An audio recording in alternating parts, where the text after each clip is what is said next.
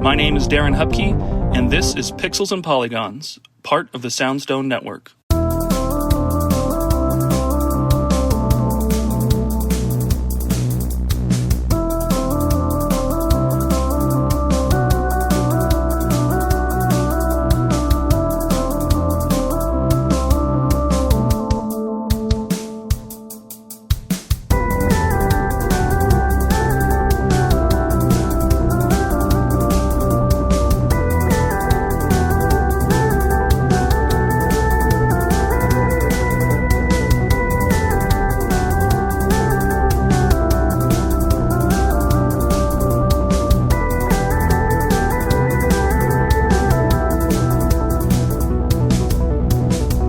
Hello, everyone. Welcome to a new episode of the show.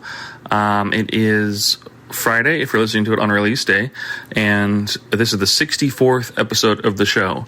So I decided to call up and ensure that we've got somebody special for the 64th episode, and that person is Gooey from Flashback 64.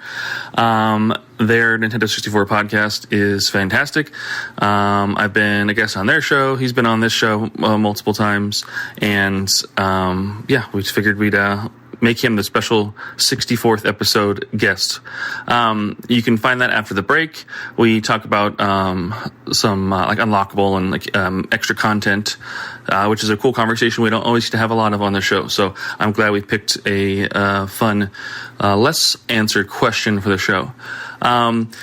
Business as usual, I've got the newest issue of Retro Game Zine, the Blue Stinger issue, that's now live on pixelsandpolygons.net. Or not live, just available for sale on pixelsandpolygons.net. You can also buy it digitally if you head over to the Patreon shop. Patreon.com/Darren Hupke/shop will take you right there. And work continues on in the background on the new 32-bit library. The greatest hits volume is in production right now. And by the time you hear this, the Kickstarter for the beat 'em up book will be over. But you should still be able to pick that up in the future if you want to support that and purchase a copy. It will be on Amazon and stuff. I would recommend if you're international, like any Canadians or Europeans or anybody else around the world, like use your local version of Amazon to be able to order one directly to you for cheaper shipping. But if not, you can always order it directly through me at pixelsandpolygons.net, where I've got everything there. And then the next batch of Retro Game Zines is, by the time you listen to this, it should be posted and running on Kickstarter. It'll be a really quick campaign for that, just to kind of produce those next 3 issues, and I have some really great contributors there, so find the link to all that information in the show notes below. Otherwise, it's kind of it. So thank you for listening. Thanks for checking out the show. Head over to soundstone.network to check out the other shows on the podcast network. You can listen to shows like Flashback 64 and Kirby Conversations. Big recommendations. So you can see their feeds and read more about their shows there as well. But otherwise, we will be back again next Friday with another new episode and more video game conversations. So enjoy a quick ad and then jump into the episode with Gooey right after the break. Bye. Hello, we are Kirby Conversations, a podcast on Kirby, along with other adjacent subjects like Smash Brothers, HAL Laboratory, and other related Nintendo games. In each episode, we take an in-depth, well-researched look at a Kirby topic, drawing on our decades of experience playing Kirby games, creating Kirby-related content, and working in and around the video game industry. I'm Sean Douglas. I'm a theater and video game journalist. And my name's Bridget. I'm an online Kirby commentator and collector. Our team also includes photographer and Nintendo ambassador Kai Captain Dangerous Parker and Gigi, the editor-in-chief of Wick Kirby. Join us for deep dives into Kirby's history, interviews with industry professionals, and even inside looks at Nintendo, as together we explore all things Kirby and HAL Laboratory. You can find Kirby Conversations on Apple, Spotify, or wherever you listen to podcasts.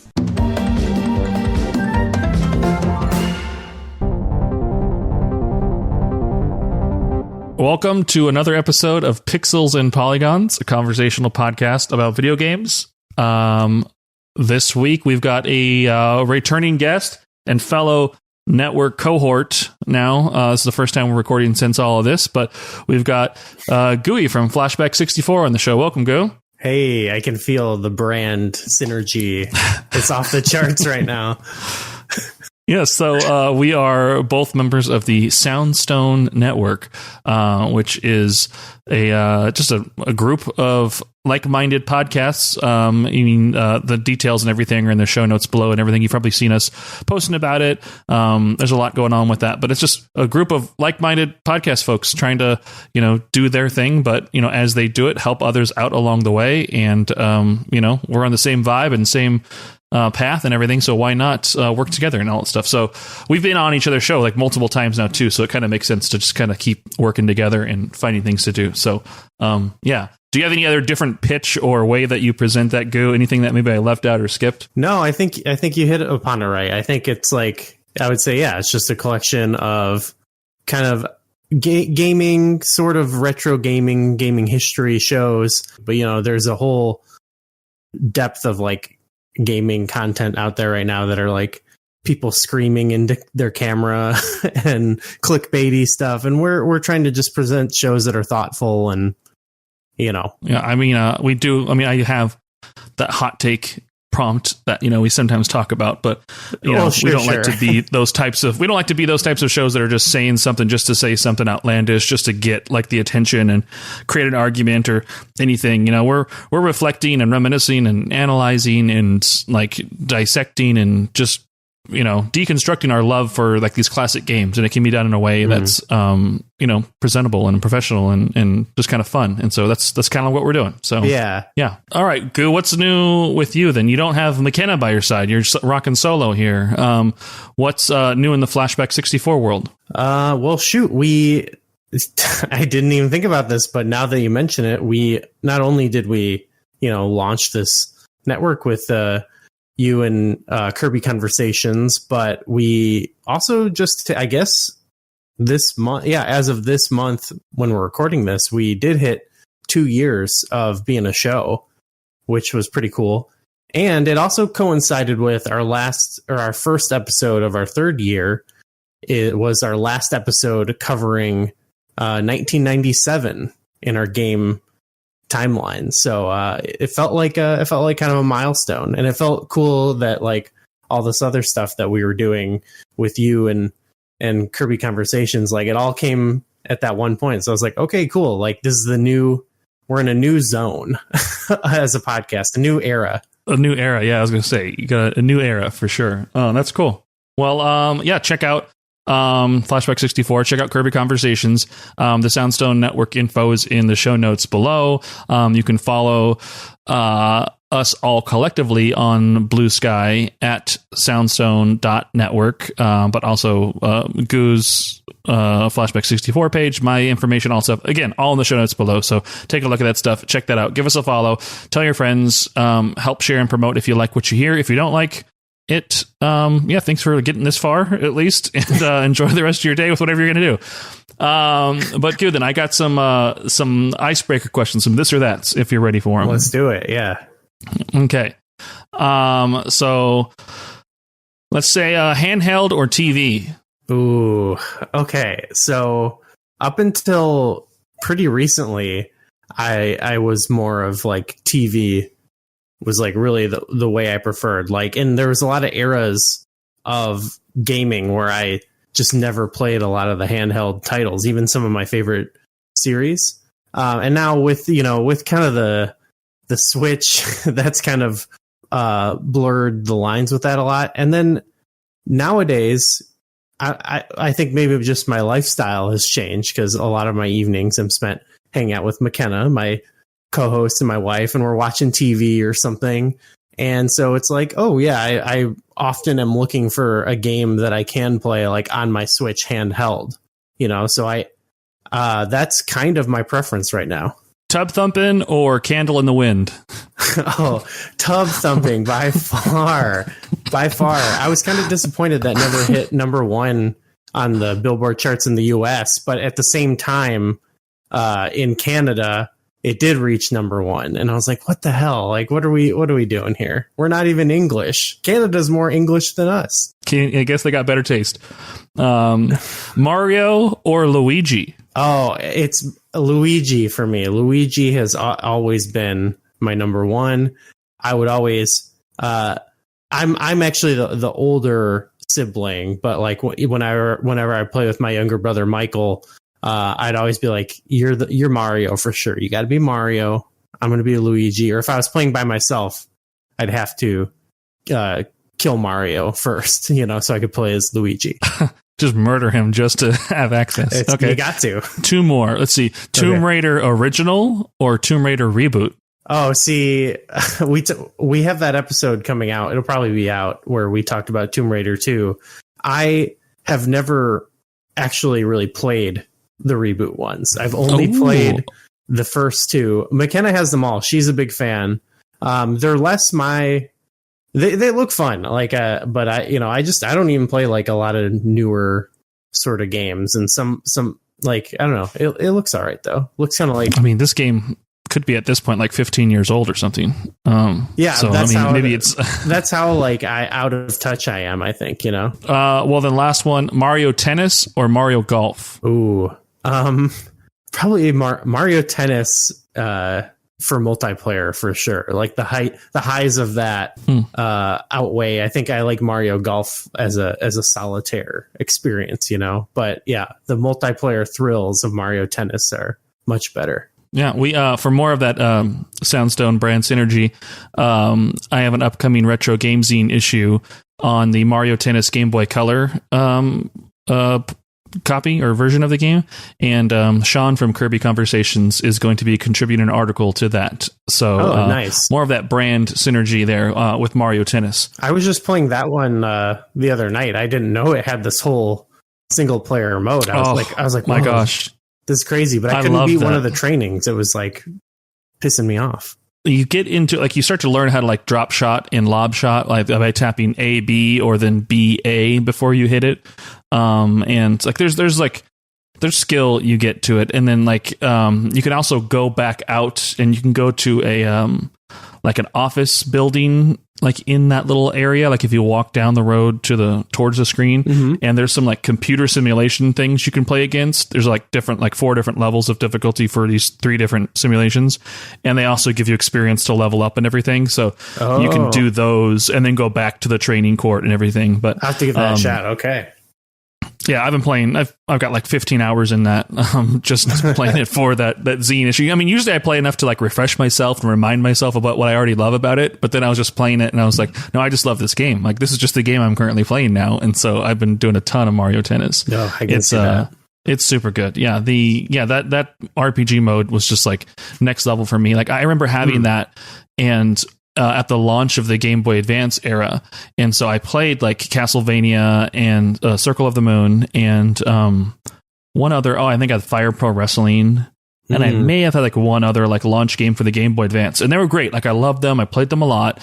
But I remember getting through them and then like, all right, cool. It's backwards compatible. Let's slap in this Mario Tennis and I'll just keep playing. So like my early years of my Game Boy Advance were like, or early months of the Game Boy Advance were primarily playing like a Game Boy Color game in it. And so people were like, "What? Why are you doing that? Like, why'd you buy it if you're just playing this old game?" And I was like, "Well, the other stuff's fun. I mean, I enjoyed them. I'm just finished with those games, and now I'm just back on a game I enjoy." That might have been why I never knew about that one. I think because right around Game Boy Advance through like the first DS was like where I really wasn't playing a lot of handheld games. So, and then, yeah, I guess some of the late Game Boy Color, like by then, I don't know. I was just like, that's not what I was into. Yeah, no, I get it. Yeah. That way I was talking about this, previously with, Aiden Moyer, it was an episode for the show or it was something, I don't know, but we were talking about it, but in that age and in that generation, like when the Game Boy Advance and DS were kind of like, coming out, I was spending more time outside of home. I was having a little bit of a social life. I was Same. With my now wife, she was my girlfriend at the time. And, we'd be out driving places or like out waiting for things, or it was like, oh, cool. It made more sense for me to have this handheld, to actually still play games. I was never going to not be involved with video games, but that was like what I could do while away from home, and then come back home and jump into like the PS2 and stuff like that. But, yeah, it's just portable games, Once they started like leveling up their quality, it was just like a whole other world. Well, let's jump into just like an icebreaker then. Okay. Well, you've gone to some arcades in your lifetime. I love going to the arcade, yeah. What was the last arcade game that you played?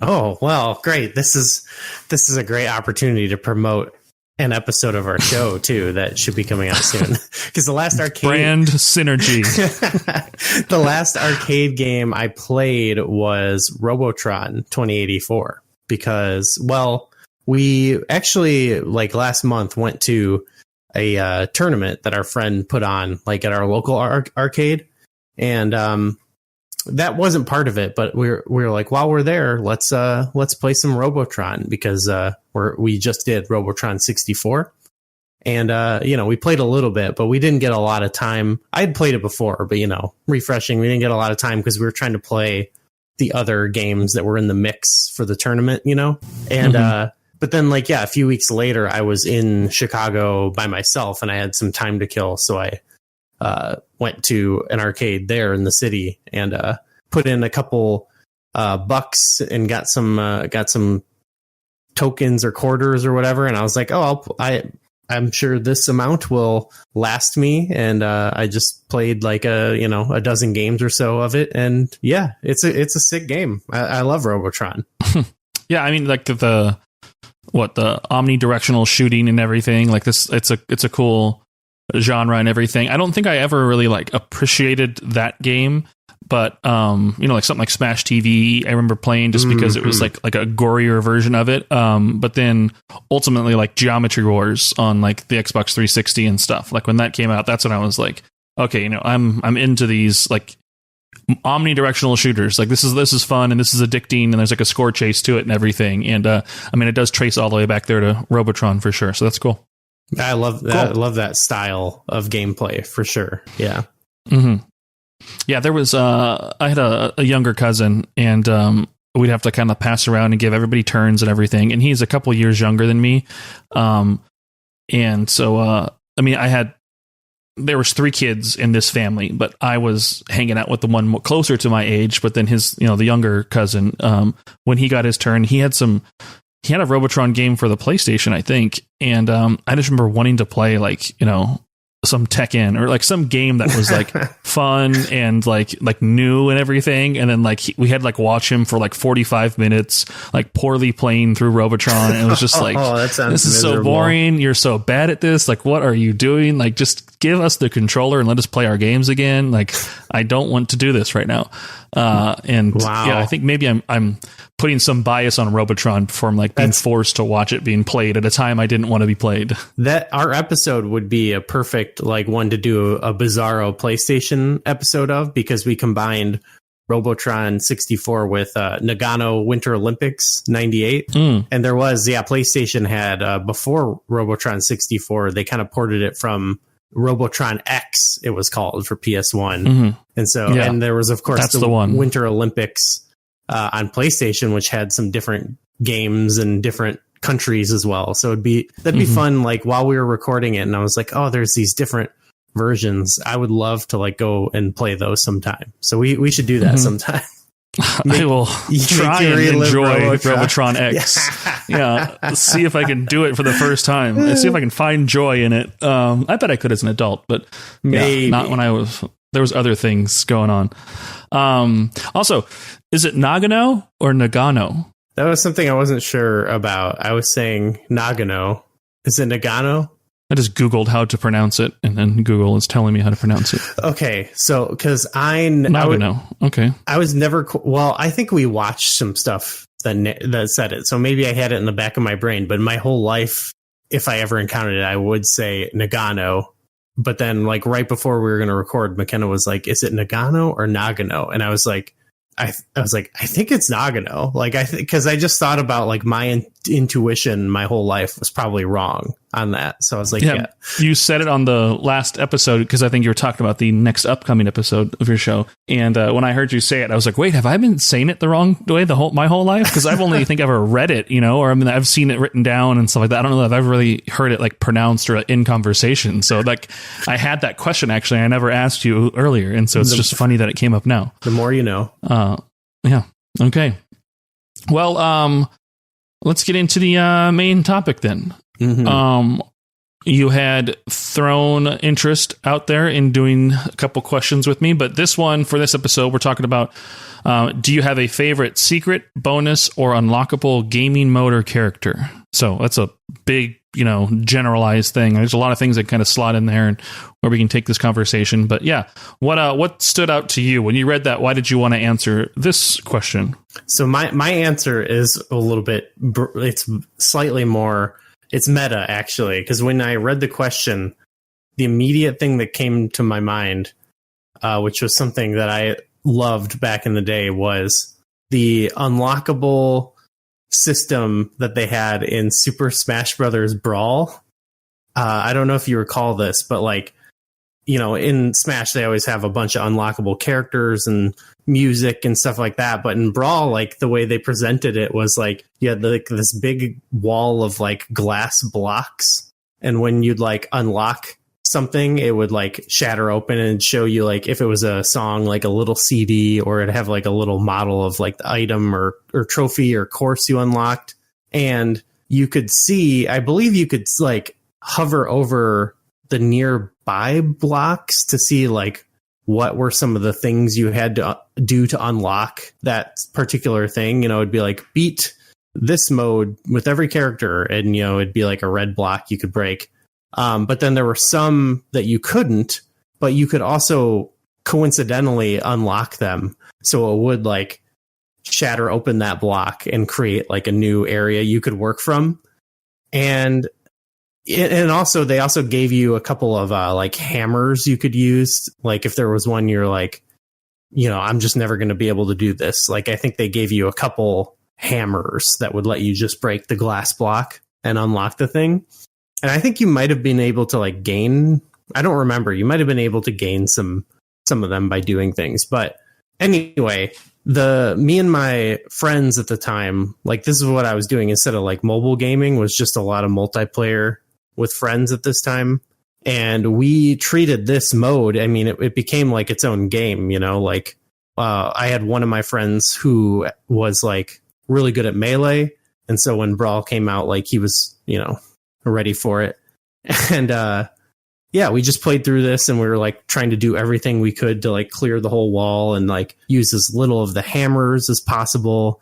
And there was like some strategy to it and stuff, and we were trying not to look anything up, because like at that time that's when like you could really start to do that online, and just go to game FAQs or whatever. But yeah, I don't know, it was it was fun, and like we loved just unlocking everything, and we'd get the tracks, and we'd love to go in. They'd let you go into the various stages, and they'd like have like the tracks that were available, and they let you like adjust on the slider like how often it comes up when the stage is selected. So we got really into that stuff. It was really fun, and it would give you the hints of like what you had to do to unlock that trophy, right? I mean, that's what it was. I mean, is that how you guys like progressed? Like you saw you had to do that, or did you not even know how to unlock them? Yeah, I think it would be like there would be ones adjacent.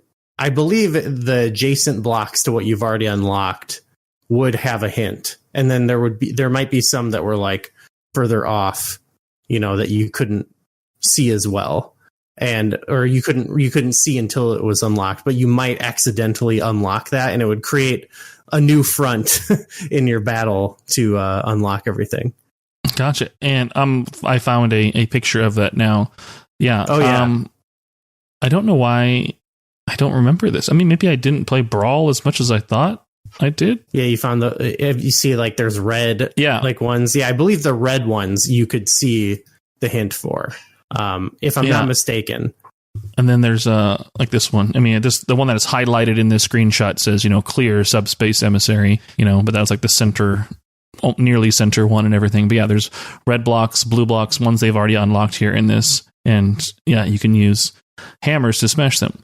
Yeah, I mean, so this really isn't an unlockable mode per se, but just the vehicle in which you unlocked the unlocks was entertaining to you. Yeah. No, that's cool. I mean, how it like gamifies it and makes you like, want to see that list, kind of clear out and everything. Like, it's I don't know. I mean, that's kind of neat. That's an interesting way to kind of like, frame and think about this, because that's not the main game. Like, you're going to actually play the game to do what needs to be done to unlock these things. But just the process of doing that is kind of a cool vessel to let you know that there are things to do, or that, there is still more to do, and how do you figure that out and how do you accomplish that and everything. It's cool. Mm-hmm. And for me, it adds, because there's certain games like that where if it didn't have that, like, it would be a fun game to play, once in a while, or like with friends, obviously, maybe you do the subspace emissary mode, a couple of the classic modes or whatever it's called, but it's not going to keep me playing on my own necessarily. Like, that was kind of how I was with the Smash Ultimate, was like their sort of like added on mode that was meant to like kind of get you in there and unlock a bunch of stuff. It didn't grab me in the same way. And so I feel like there's a lot of games and genres that I wouldn't normally like be that into, that if they just had something like this, where it's like, give me like a goal, I don't know if I'd 100% it, but I would like try to go for, some of the stuff I think I could unlock. Cause there's something so satisfying about it when you do it. No, I think it scratches like that same itch. I mean, to me, it sounds like why I like trophies and achievements and stuff in games. Like, normally, like, I could play a game until like I'm done, be entertained by it, and move on and be done. But like, if I'm playing a kind of a more modern game with like trophies and stuff on the PlayStation, I might look at that trophy list and see like, hey, are there any like quick trophies or trophies I might be close to before I do like say, goodbye to this game forever. And then it's like, oh, well, there's a few more. And so it manages to like get me to keep playing games like longer, because there's these arbitrary like, do this and get this like literal nothing reward that does nothing for you, but it's still like that weird like little dopamine hit type of thing. And then I think it breaks the game up into like chunks where you can kind of like decide to call it when you want to call it. Like, I mean, not everybody's 100% completionist, but like, for those who do want to maybe like, hey, I'll get a little bit more out of this, I can at least gauge that there. So having the unlocks set up that way, like, like, do I want to do a little bit more? Like, I can see there is more to do. Like, should I continue, or should I try and find what that next challenge is, or am I going to move on from here? That's kind of a cool thing. I do like the way that is actually set up. Mm-hmm. Yeah, I love it. There was that NES World Championship game that came out, not too long ago on the Switch, where it gave you like little bite-sized chunks of those games with like, like scores and times to beat and everything. And like, you could see if you like got like, your top ranking and all that stuff on it really quick, it would end up being like, tiled out there with all the games that you can scroll through and stuff. And those types of things also make me want to like keep going back. Like, if oh, well, these are all little bite-sized small chunks and challenges to do, but like if I can complete them and check them off, it's almost like this, like logbook where like I can do that rather than being like one long game where you don't know how much or how rewarded you are for doing what you've done and everything. So yeah, it's interesting design choice. I always thought that sort of game could be a good in for a lot of people too, into some of these older games and stuff where it's like, yeah, maybe if they jump into a game of Metroid or The Legend of Zelda, they might be like a little like bewildered or something, not unsure of what to do or what's fun, And I feel like those little challenge games like do kind of like give people some of the satisfaction of playing it, to where they, you might develop like a familiarity or fondness, much like you could with like playing Smash and learning about the characters. But in this case, it's like playing parts of the game where like that might convince some people to like check out some of these retro games. Yeah, it wouldn't be a bad idea to like, I don't say give it away for free, but like, do things like that like even like if it's a micro version of it where it's a few highlights, like, but then on the back end allow people to digitally buy those full games. Like, oh, hey, you liked doing these challenges and you never played Kid Icarus before? Like, oh, cool. Well, now you can buy the full Kid Icarus, and now that you've built these skills by doing these challenges, maybe you can complete the game. Like, it could be like a good vessel for marketing. I'm now actually more excited about that idea. I really wish actually that was something like, instead of like a demo for a game and all that stuff, like you can play like little like quick like micro challenges within it to like get a hang for it. That's and a then great idea. Cool. So I know what these mechanics are. I know what to expect. Rad. Like, do a few of them, and like if it's enough to kind of scratch that itch, then boom, you can go buy the full game and kind of play it from there. That's an idea. Free idea to steal. That's I had the demo disc for the Zelda Collector's Edition disc, had like a Wind Waker demos, and they kind of did that. It was like, oh, here's the first dungeon, here's like a Forsaken Fortress part, and here's like the part where you're like on Windfall Island talking to the NPCs, and it would let you play for a half hour, but it was like here's this part. Maybe that's a bit longer, but it was sort of like they carved out this special spot in the game and were like, here, just dig in with that. Yeah, they probably had to do that, though, because that game is so long and drawn out and boring that they had to find small, exciting points to do it. No, I'm just kidding. Actually, I love Wind Waker. Wind Waker is a fantastic Zelda game. It is too drawn out, though. It really is, yeah. I mean, did I actually... You know what? I think I did... Yeah, the intro starts slow, but I think once it gets rolling, it's rolling. I think the thing that the real test is once you have to find all those Triforce shards and like you're back... traveling to like so many like older areas to find those, like that last like fetch quest thing, towards the end that was a real test of patience for folks, but I think it was a good pace and well designed game. I mean, it had the visual charm, isn't like lends it to being a little bit more like breezy, and you need the breeze to flow in your sails, so it all makes sense. It's all designed right. Yeah, that's one I could definitely do. One of your questions is like, how would you improve like, one of your favorite games or something? I could do a whole thing for Wind Waker. I think it's not even one of my, I just love Zelda though, but it's a game that I want to love. Like I really want to love, but I'm just like, yeah, it's a good game. We could totally do that. But I wanted to pick something that wasn't like Zelda or Nintendo 64 necessarily. I wanted to give your listeners something new, you know what I mean? I don't think I have exclusive PlayStation listeners or anything, but yeah. I just mean something fresh, if you've heard me on other stuff and you're like, oh great, Gooey's talking about Zelda again, like oh yeah. surprise, this guy again. Cool. Well, we did the episode then. That's it. We answered the question. If you want to check out more from Gooey and what he's working on, check out the links below. Flashback 64 is just podcast, part of the Soundstone Network. And yeah, I mean, anything else you want to plug or promote or anything before we wrap then? Flashback64.com. I got the domain for that now too. So just go there. It's our website. Yeah, you're probably fighting off, a lot of people, to reclaim that. Yeah, I'm squatting on this name. No one can have it. Back off. All right. Well, flashback64.com and the podcast. Check it out. Links and everything, like I said, below in the show notes. Thank you, Goo, for chatting. We will definitely have you on a future episode that we're about to record here in moments. Goodbye.